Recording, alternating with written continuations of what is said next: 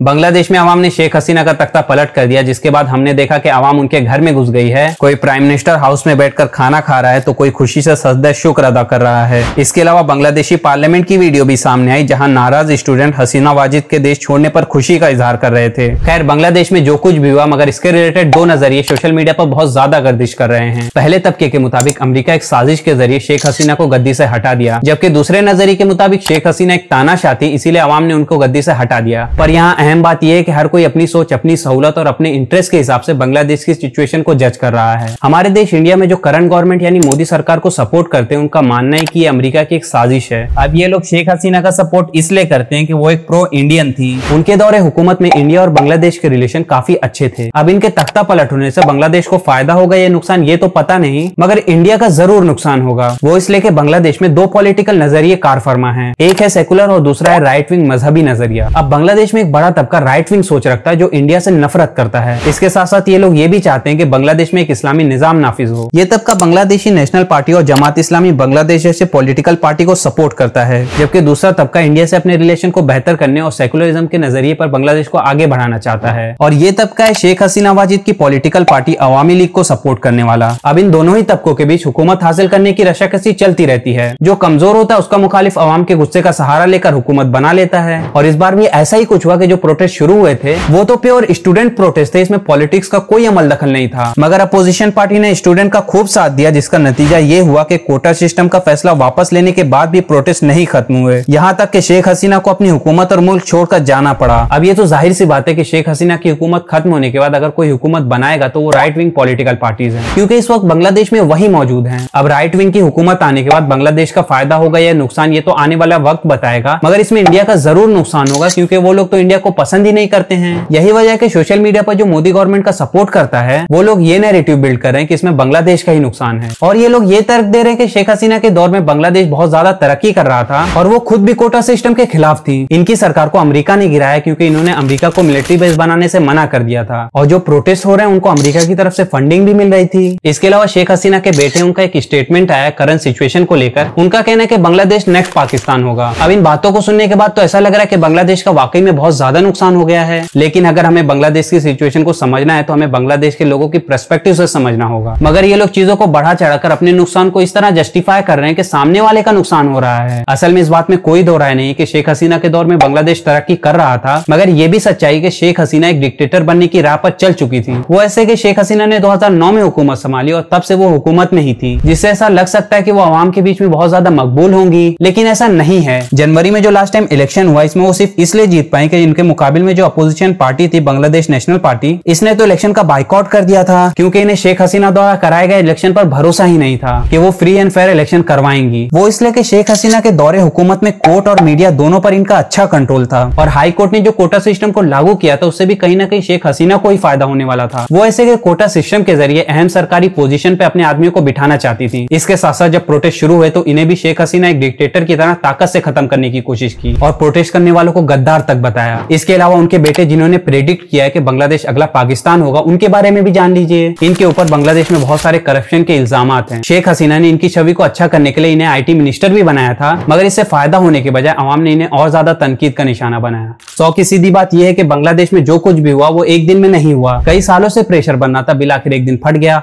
और इसके बाद जो कुछ हुआ वो आपके सामने है। अब देखना यह है कि जो कुछ भी हुआ इससे बांग्लादेश को आगे चलकर फायदा होता है या नुकसान। इस बारे में आपकी क्या राय, हमें कमेंट में जरूर बताइएगा।